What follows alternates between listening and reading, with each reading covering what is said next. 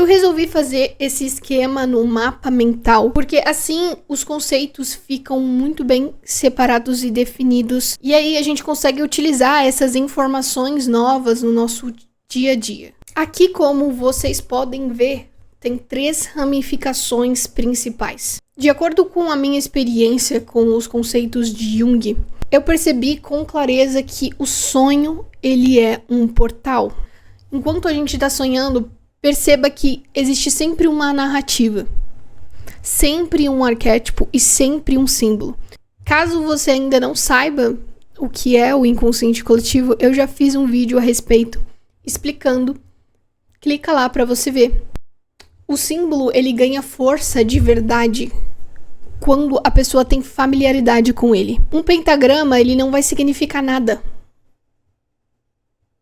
para alguém que não é nem chega perto de ser uma bruxa, por exemplo. Mas para uma bruxa, para um feiticeiro, o símbolo do pentagrama pode causar algo realmente muito grande dentro dele. Porque não se trata exatamente do que tá ali, mas como a pessoa observa. E a forma como ela observa diz muito sobre ela. O arquétipo é um padrão primordial que vive no inconsciente e que molda comportamentos, símbolos e histórias. Como que um mago se comporta? Exatamente aí que está o arquétipo. Como uma mãe se comporta? Eu percebo assim com clareza é que, dependendo do contexto que o indivíduo está inserido, se ativa o arquétipo. Foi exatamente o que aconteceu com a Joana d'Arc. Ela não tinha nem idade, muito menos o gênero masculino, e mesmo assim ela guerreou. Ela estava passando por um momento de extrema vulnerabilidade e mesmo assim ela continuava tendo fé. Por quê? São esses fenômenos que a gente aborda naquele vídeo sobre possessão arquetípica que está aqui no meu canal. Então a gente define definitivamente o contexto ativa o arquétipo nas pessoas, enquanto o mito revela que o ser humano precisa narrar para suportar o mistério. A imagem de um querubim, ela é o exemplo perfeito de algo que a humanidade não compreende e que mesmo assim quer narrar, quer descrever. Então a narrativa vira um mito. Não porque ele é uma mentira. O cristianismo e todas as outras religiões são mitologias. Todas elas são mitologias. A única diferença é que, dependendo do indivíduo, ele acredita ou não. No meu caso, eu não acredito. Eu não sou cristã. Mas eu acredito em outras coisas, em outras mitologias, que fazem muito sentido para mim e que se encaixam na minha persona. E aqui, talvez, seja uma das partes mais polêmicas e mais engraçadas desse vídeo. Recentemente, eu sonhei com Lotso. Eu não lembrava desse filme há muito tempo. Eu fiquei até impressionada que a minha memória acessou isso. Quando eu acordei, eu me peguei refletindo sobre por que eu tinha sonhado com Lotso. E aí me veio a clareza. O Lotso, ele é um símbolo. E eu quero que você me pergunte, por que ele é um símbolo? Porque ele é um brinquedo. Brinquedos simbolizam a infância. Lembra que a gente falou que os sonhos estão completamente ligados ao símbolo, o arquétipo e o mito? Justamente. Esse símbolo do Lotso apareceu para mim. E agora eu te pergunto, que arquétipo em que o Lotso está inserido?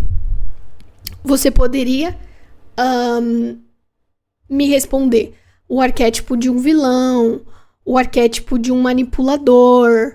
Tudo isso se encaixa. Principalmente o arquétipo de um vilão, porque ele era um manipulador do caralho. Enfim, só que a coisa interessantíssima da minha mente foi que o Lotso tem um passado. Pessoas que assistiram esse filme sabem que ele foi rejeitado pela sua primeira dona. E depois ele foi pra casa de brinquedos. Acho que era um orfanato que ele ficava, né? Mas antes de ir pro orfanato, ele tinha uma dona que ele gostava muito. Só que ele foi esquecido por essa dona. E ele se sentiu profundamente rejeitado por isso. causando todo aquele mal e aquela manipulação, aquela dissimulação para com os outros brinquedos de Toy Story. O ponto que eu quero chegar é que tanto eu quanto o Lotso temos trauma de rejeição. E a gente vai falar sobre esse trauma mais pra frente, quando a gente chegar no inconsciente pessoal. Agora, sobre o diabo. O diabo, ele é o combo. Ele tem todos os elementos do inconsciente coletivo. Ele é um mito, ele é um arquétipo e ele é um puta de um símbolo. Quer você queira ou não. Diferente de Lotso. O Lotso, ele não é apenas uma coisa. Ele não é um mito. Mas, em comparação, o diabo é um mito. E por que eu tô fazendo essa comparação? Para que vocês consigam compreender a diferença. Porque o diabo, como sendo um mito também, significa que a mente, ela traz uma narrativa que é muito mais forte e muito mais poderosa como consequência do que o Lotso, por exemplo, que é somente um símbolo. E por que eu tô falando sobre isso?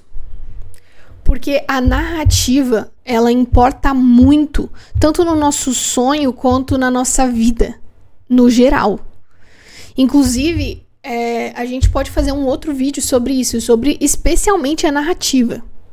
E sobre como isso é importante pra caramba. Quero que, por favor, você preste atenção no que você sonhar a partir de agora. Se você não presta, começa a prestar atenção no que você sonha e começa a identificar o que é um mito, o que é um arquétipo e o que é um símbolo dentro do que você sonhou, porque isso vai revelar muito sobre o seu inconsciente.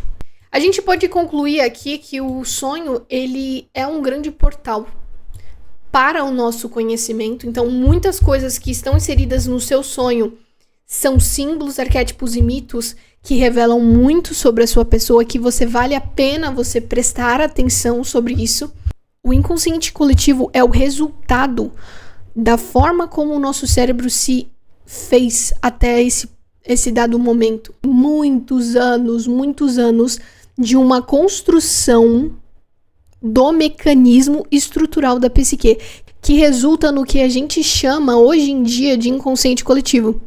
Então, os símbolos, eles são extremamente fortes porque a nossa mente é adaptada para isso.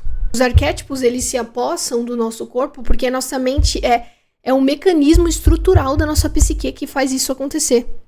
E o mito é a narrativa que a gente conta há milhões de anos para fugir do mistério. Enquanto o inconsciente pessoal, ele tem esse nome que é muito interessante.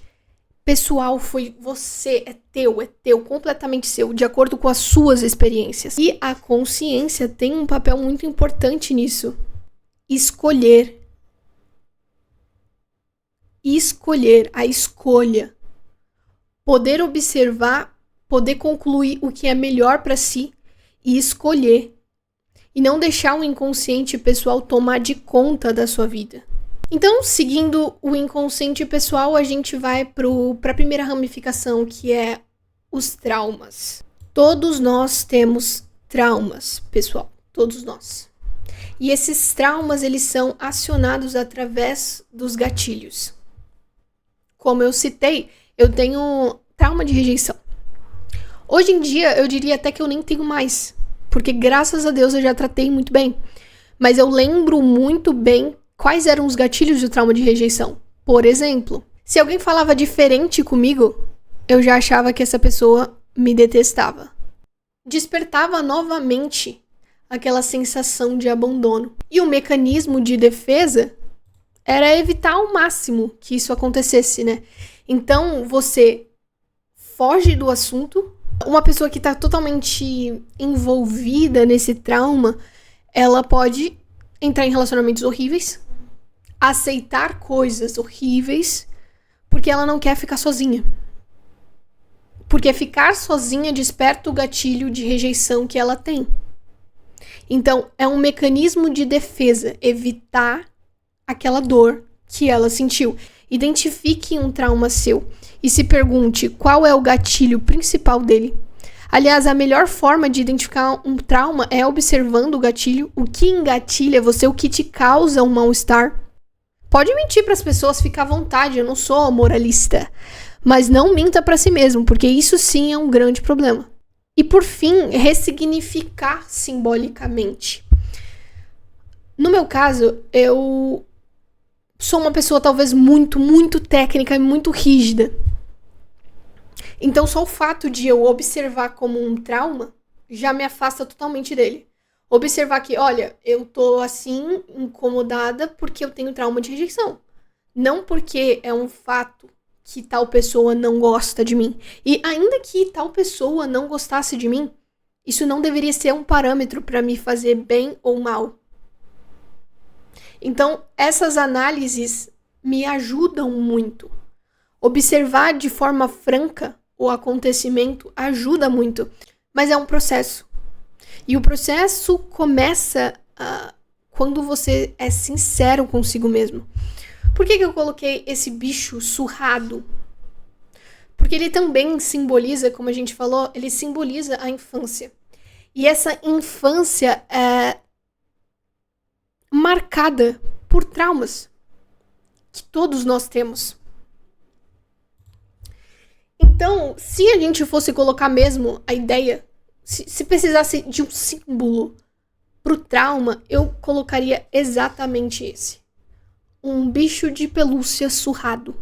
Então é por isso que eu queria falar sobre os traumas, porque esses gatilhos, eles acabam confundindo a mente. Quando a gente separa, finalmente, o que é um gatilho do que é uma verdade, a gente para de auto-se-sabotar. Ao invés de você evitar ter amigos, observe os seus sentimentos.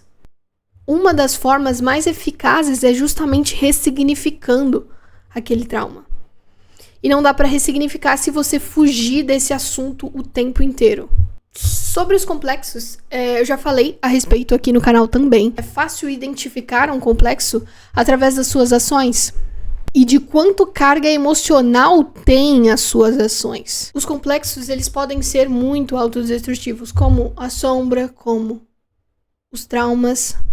Então, observar eles é de suma importância justamente para evitar que a cobra coma o seu próprio rabo. A energia psíquica é um conceito muito interessante, que revela também muito sobre a gente. Como o mesmo nome diz, é uma energia, que ela é direcionada através do valor que você atribui a algo. No meu caso, com o YouTube, eu atribuo valor porque eu tenho um complexo. E esse complexo foi gerado através das minhas experiências pessoais antigas.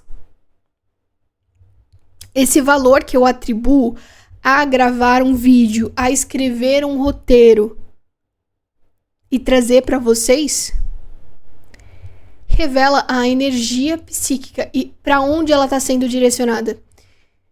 O fato de eu ter feito esse mapa mental inteiro revela que a energia psíquica do complexo do meu canal está totalmente sendo canalizada para ele. Uma dica muito prática é se questionar por que eu gosto de determinada coisa, ou por que eu detesto determinada coisa, porque também revela muito. Essas perguntas são muito importantes para nosso autoconhecimento, gente. Porque quando a gente se questiona, as coisas vão se revelando, você vai percebendo que você tem algum complexo. Porque é muita energia canalizada para uma situação só. Muita energia canalizada para o fato de você ser uma mãe perfeita, por exemplo. O seu complexo com o seu corpo. E aí você tem que se questionar por que tem tanta energia sendo canalizada para isso. Será que é porque você liga demais para a aparência? Não tem condições de ficar se sentindo mal dentro do seu próprio corpo o tempo inteiro. Isso não é para ser normal. É para você se observar com coragem, porque precisa. Até porque não serão só flores que você vai ver dentro de si. Eu já disse, eu já digo aqui. Eu cansei de sofrer. Eu não quero mais sofrer. Eu quero desfrutar de tudo de melhor dessa vida. E eu espero que vocês desfrutem do melhor que a vida possa dar também. Com a consciência blindada. Ou nem que seja blindada, mas pelo menos ciente de quem você é. E por que você é. A sombra é tudo que a gente reprime e coloca debaixo do tapete porque não é confortável olhar. Tudo aquilo que é considerado amoral. Ou seja, existe a moralidade e o que não é moral é a sombra. Mas é importante a gente destacar que o conceito de ética e de moral é justamente algo inventado para que nós sejamos civilizados, para que nós sejamos respeitosos um com o outro e até mesmo com nós mesmos. Mas existe uma diferença gritante entre ser moral, inclusive, existe o conceito da moralidade e da ética, mas não significa que as pessoas sempre serão morais e éticas. Elas não serão. Ninguém é. A coisa realmente começa a esquentar quando a gente finge que não temos sombra. Que somos sempre morais. Fingir para si mesmo que você sempre é moral é, primeiro, ridículo e hipócrita, mas também é autodestrutivo porque é uma mentira. Você não é moral o tempo inteiro. Ninguém é moral o tempo inteiro. Observe esses seus desejos e essas suas tendências. Não para você tomar uma atitude a respeito disso, porque muitas vezes tomar uma atitude com base na sua sombra pode ser destrutivo, inclusive para você mesmo. Você pode afetar outras pessoas, mas a si mesmo também. Então, observar a sua sombra, olhar para ela de forma crua, mas não agir com base nela. Eu acredito que a sombra ela se manifesta da sua forma melhor quando há uma negociação. Uma negociação entre a consciência, você que decide, você é o observador e não o ego, a consciência para com a própria sombra, que é uma parte sua que você coloca debaixo do tapete, que você não quer olhar muito. Mas quando você olha e você percebe, bom, sim, eu não sou um santo. O problema é justamente o extremo. Tratar a sombra como se fosse um pecado capital absurdo. E o outro extremo é fingir que ela não existe, que você é bom e moral o tempo inteiro, porque é mentira. Então, não minta pra si mesmo dizendo que você é um santo, porque você não é. Mas também não cometa crimes e transgressões absurdas, porque isso vai fazer mal, principalmente para você. Essa é a verdade. A questão não é sobre moral aqui. A gente não tá falando de moral mesmo. A gente tá falando sobre as consequências dos seus atos.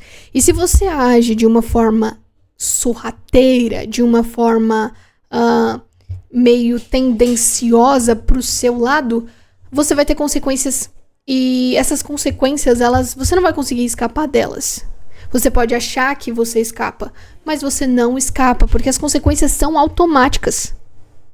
Elas são instantâneas. As nossas ações causam reações instantaneamente.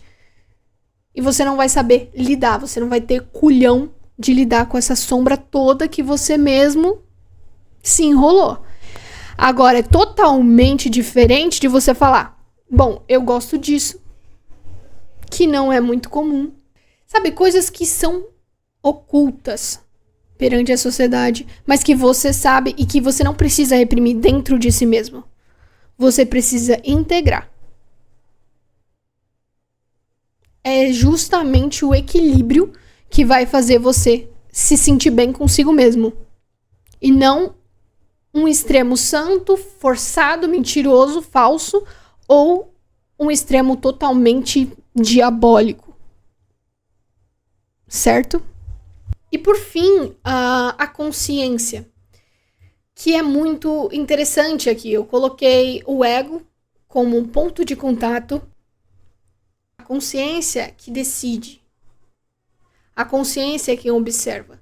O ego, na verdade, ele identifica quem você é. Quem que você é? Eu sou isso, isso e aquilo. Ponto. Não é tão complexo além disso. Acaba sendo complexo quando você se perde totalmente no personagem de um ego que narrativamente você se colocou. Mas enquanto você não se sucumbe ao ego, e você se torna essa consciência que é muito mais ampla do que o seu ego, exatamente. Não se resumir a ego implica em considerar que você é mais do que você é como um indivíduo.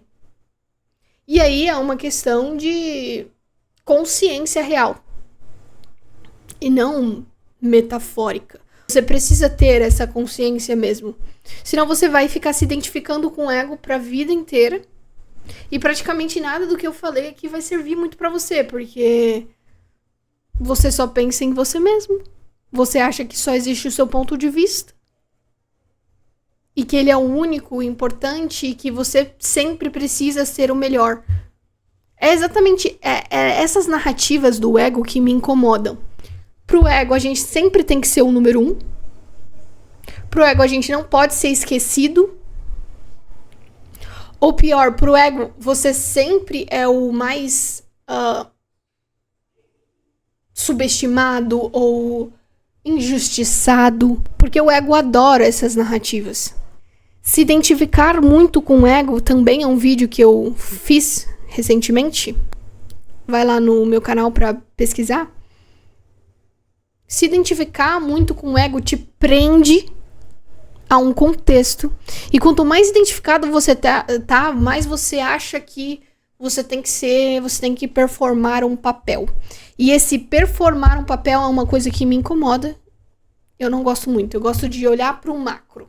Eu gosto de olhar para a coisa inteira e não só um ponto de vista minúsculo num roteiro performático e totalmente influenciado pelo que a gente considera ok aos olhos da sociedade. A consciência como um foco de luz tem relação direta com a energia psíquica, porque a energia psíquica, ela direciona o valor que você dá às coisas que acontecem na sua vida, situações ou conceitos, faz a energia psíquica se mover e ela é totalmente canalizada para onde você coloca valor. Muitas vezes a gente se sabota por conta desse foco de luz. Onde que tá o foco de luz seu? Num passado remoto, onde você foi esculachada, sei lá, você sofreu bullying? Se o seu foco de luz tá onde você sofreu bullying, então a sua vida vai ser resumida àquilo. Porque a consciência, ela só consegue processar uma coisa de cada vez. E enquanto você foca no seu passado remoto, onde você sofria bullying, é só isso que você vai experienciar. E vai te frustrar, e vai te consumir. E você não vai estar presente nos momentos que você precisa, e em momentos que você merecia estar, para desfrutar daquele momento bom. Então a gente tem que ficar muito atento de onde está o nosso foco de luz. Essa daqui talvez seja um dos pontos mais importantes desse vídeo. Onde está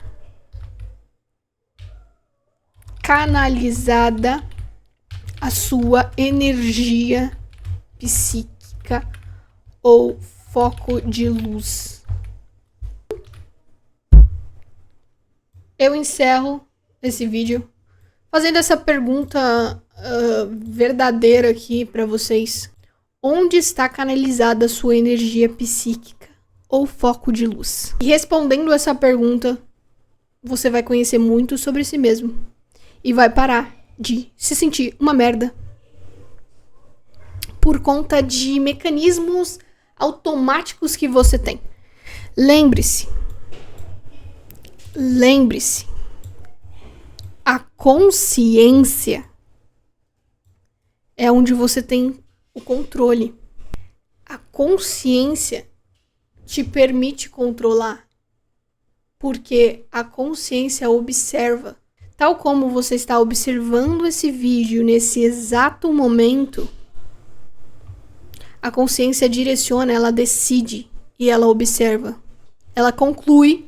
Então, perceba o que você tá fazendo e para de agir no automático, porque isso vai mudar a sua vida completamente. Eu espero que tenha sido útil esse vídeo.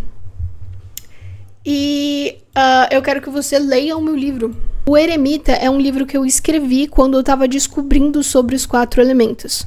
Conceito que eu me interessei profundamente e que até hoje eu utilizo para identificar fenômenos que acontecem internamente e também externamente. Eu gosto muito de tirar cartas, então observar os elementos de cada carta faz com que a leitura fique muito mais rica e que me traga as respostas que eu preciso. Às vezes a gente tá muito na água ou muito no fogo. E esses extremos podem ser prejudiciais, como a gente já vem falando. Então esse livro é para você se autoconhecer, perceber o que você tem de fogo e de muita água, ou de muita terra, ou de muito ar, e tentar equilibrar, né? Para que você consiga equilibrar todos esses elementos na sua vida. Se vocês gostaram do estilo mapa mental, do estilo conversa, assim, sobre conceitos difíceis, mas ainda assim é uma conversa, eu espero que você comente aqui e me responda essa pergunta, porque ela é muito interessante, muito profunda. Compartilhe com as pessoas que você sabe que gostam desses conceitos psicológicos, esotéricos e filosóficos. E se inscreve no meu canal para receber mais vídeos totalmente fora da casinha que nem esse. Muito obrigada e até a próxima.